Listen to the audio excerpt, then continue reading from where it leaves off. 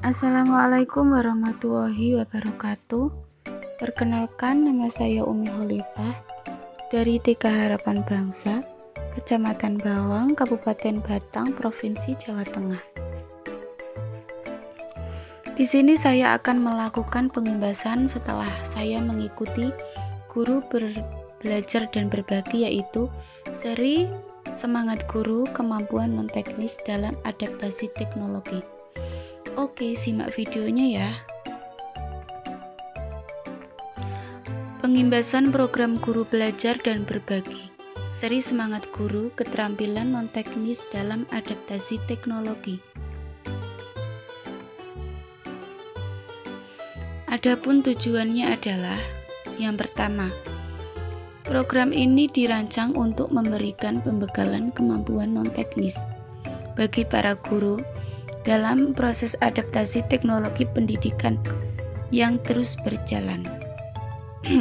Dan yang kedua, mengintegrasikan teknologi dan kemampuan non-teknis ke dalam kelas dapat menginspirasi kolaborasi, komunikasi, pemikiran kritis, dan kreativitas sehingga hasil kegiatan belajar mengajar lebih jitu dan berdampak besar. Oke, siapa saja sih yang dapat menjadi peserta guru belajar dan berbagi seri Semangat Guru? Yaitu guru, kepala sekolah, dan pendidik yang sudah memiliki akun SIM PKB. Apa saja yang dipelajari dalam seri Semangat Guru Keterampilan Non-Teknis dalam Adaptasi Teknologi? Ada 6 pelajaran di sini ya. Yang pertama, resilience atau tangguh dan teknologi. Yang kedua, critical thinking atau berpikir kritis dan teknologi. Yang ketiga, creativity, konten dan teknik penceritaan. Yang keempat, communication atau komunikasi yang efektif. Yang kelima, empowered teacher, penerapan kelas campuran, dan yang terakhir adalah collaboration, kolaborasi dan dampak. Di sini ada 3 tahap belajar, yaitu: pertama, peserta mendaftar di portal guru belajar dan berbagi. Yang kedua, peserta akan mengikuti pelatihan yang terdiri dari 6 pelajaran. Dan yang ketiga, peserta mendapatkan sertifikat setelah mengerjakan semua tugas dan kuis dengan total 32 jam pelajaran. Di setiap pelajaran ini peserta akan melakukan alur yang sama, yaitu peserta menyelesaikan tes pra-penilaian di portal daring guru belajar dan berbagi. Selanjutnya, peserta belajar dari pemaparan para trainer. Peserta mengerjakan penilaian tengah dan diberikan tugas untuk belajar mandiri. Setelah mengerjakan tugas, peserta akan mengerjakan kuis penilaian akhir. Dan yang terakhir, peserta kembali mengerjakan alur yang sama untuk pelajaran berikutnya sampai total mengerjakan, yaitu 6 pelajaran.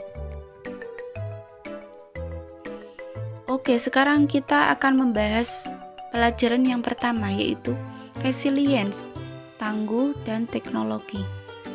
Apa itu resilience? Kemampuan seseorang untuk bangkit dari setiap kali mengalami desakan mundur atau bahkan kegagalan. Ada some art, yaitu substitution, augmentation, modification, dan redefinition. Adalah suatu kerangka yang mengilustrasikan tingkat kematangan seseorang untuk memanfaatkan teknologi dalam pembelajaran. Oke, ini adalah contoh pemanfaatan teknologi menggunakan fitur Google Meet. Yang pertama, S, substitution Google Meet, tapi mengerjakan dengan metode ceramah. Substitution ini termasuk dalam kategori pemula. Dan yang kedua, A, augmentation Google Meet untuk memulai umpan balik. Yang ketiga, M, modification Google Meet untuk memfasilitasi diskusi kelompok untuk analisis kasus. Dan yang keempat, R. Redefinition. Redefinition ini termasuk dalam kategori yang sudah mahir. Google Meet untuk murid membuat webinar atau secara online. Nah, ini tingkatannya ya. Substitution kategori pemula dan redefinition untuk kategori yang mahir.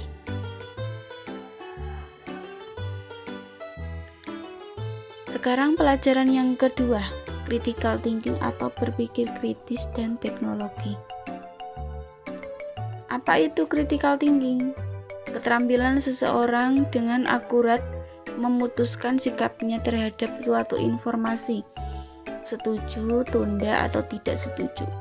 Menurut Profesor Dr. Randes Bagus Takwin, berpikir kritis harus dipraktikkan setiap saat. Semakin dilatih, semakin akurat, dan akhirnya akan menjadi insting.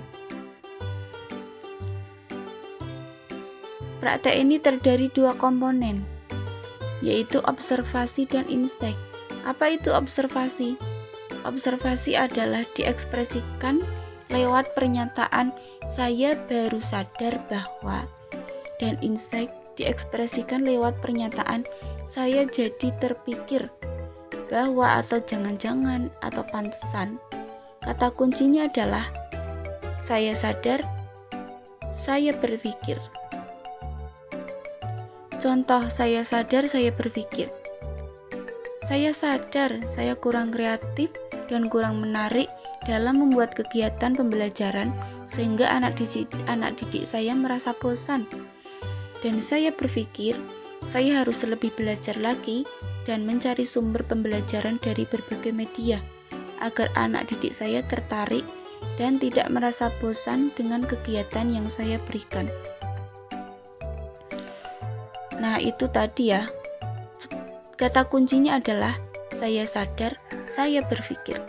Oke, sekarang kita masuk ke pelajaran yang ketiga, creativity atau konten dan teknik penceritaan. Kemampuan bercerita, kesanggupan atau kekuatan yang dimiliki oleh individu untuk menyampaikan gagasan atau ide secara lisan maupun tulisan yang mengisahkan tentang perbuatan, pengalaman, atau kejadian. Dan apa itu konten? Konten adalah segala bentuk komunikasi, terutama audiovisual, yang berisi sebuah informasi, hiburan, atau ajakan.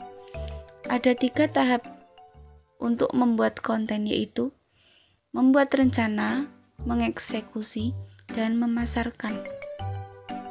Sekarang kita masuk ke pelajaran yang keempat, communication, komunikasi atau efektif.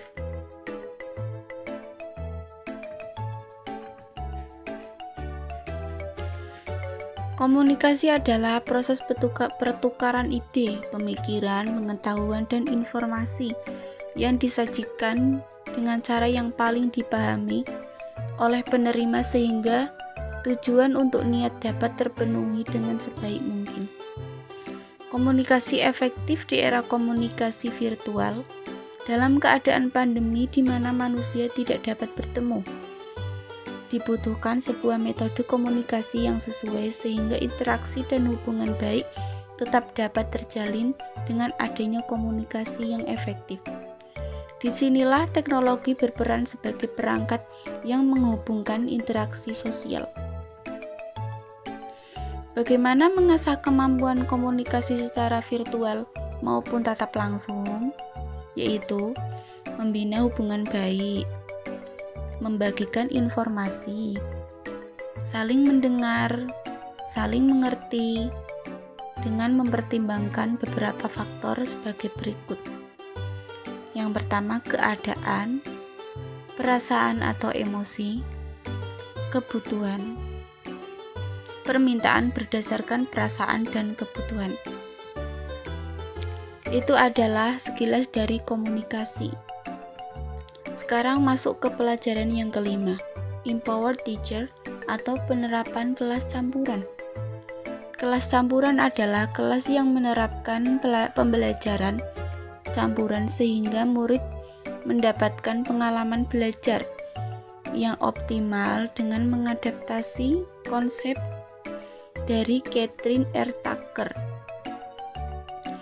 Menurut Bagi Setiawan mendefinisikan pembelajaran campuran atau blended learning sebagai program pendidikan yang memfasilitasi murid belajar dengan memenuhi 4 ciri ini, yaitu setidaknya mengikuti pembelajaran asinkron yang memungkinkan murid merdeka mengatur waktu, tempat, alur, dan tempo belajarnya.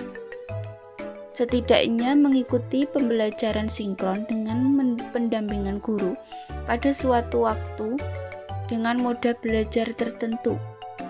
Yang ketiga, menghubungkan beragam modalitas program atau mata pelajaran menjadi suatu pengalaman belajar terintegrasi.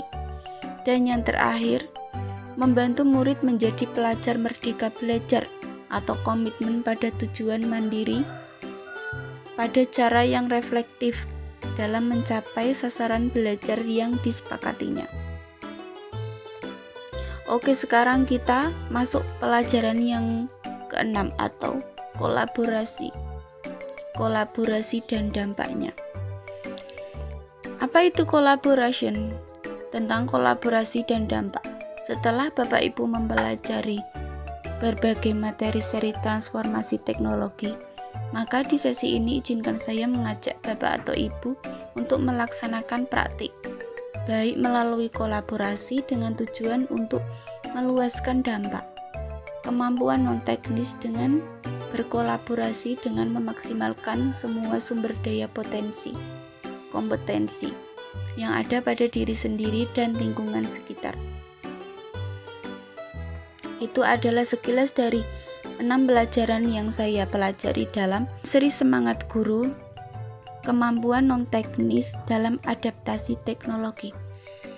Ayo segera daftarkan diri Anda untuk mengikuti program guru belajar dan berbagi seri Semangat Guru untuk kemajuan pendidik di Indonesia. Salam semangat. Demikian video pembahasan ini, semoga bermanfaat. Wassalamualaikum warahmatullahi wabarakatuh.